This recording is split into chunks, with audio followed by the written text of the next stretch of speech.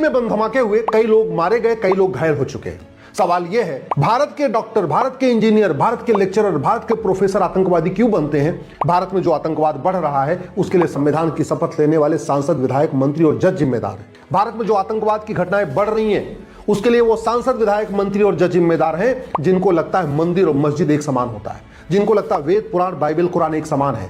भारत में बढ़ते आतंकवाद के लिए वो सांसद, विधायक, मंत्री और जज जिम्मेदार हैं जिनको लगता है गीता, रामायण और हदीस एक समान है। भारत में आतंकवाद के लिए वो सांसद, विधायक, मंत्री और जज जिम्मेदार हैं जिनको लगता है मजहब नहीं सिखाता आपस में बैर रखना और कुछ बात है कि हस्ती मिटती नहीं हमारी।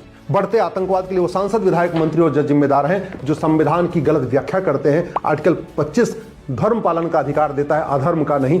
आर्टिकल 25 धर्म का पालन का अधिकार देता है, धर्मांतरण का नहीं। भारत में बढ़ते आतंकवाद के लिए वो सांसद, विधायक, मंत्री और जज जिम्मेदार हैं जो मदरसों का संरक्षण कर रहे हैं, मदरसों का समर्थन करते हैं। आर्टिकल 30 मदरसा खोलने का अधिकार नहीं देता है, लेकिन संविधान किस व्याख्या करने वाले माननीय सुप्रीम कोर्ट के जजों ने ये गलत किया है, गलत फैसले दिए हैं। मैं पहले भी कह चुका हूं, फिर कह रहा हूं, सबसे कहते हैं prevention is better than cure. एक बार आतंकवादी घटना हो गई, लोग मारे गए, चलो ठीक है, आप 2-4 आतंकवादी पकड़ लेंगे, पुलिस पकड़ के उनको सजा देंगे, ये चलता रहेगा, कभी नहीं रुकेगा। देश को सुरक्षित करना जरूरी है, ये विकास तो बाद में भी होता रहेगा। और जहां तक बात रही अंदर की समस्याओं का समाधान, तो हमें संसद में करना ही पड़ेगा, सुप्रीम कोर्ट में करना पड़ेगा।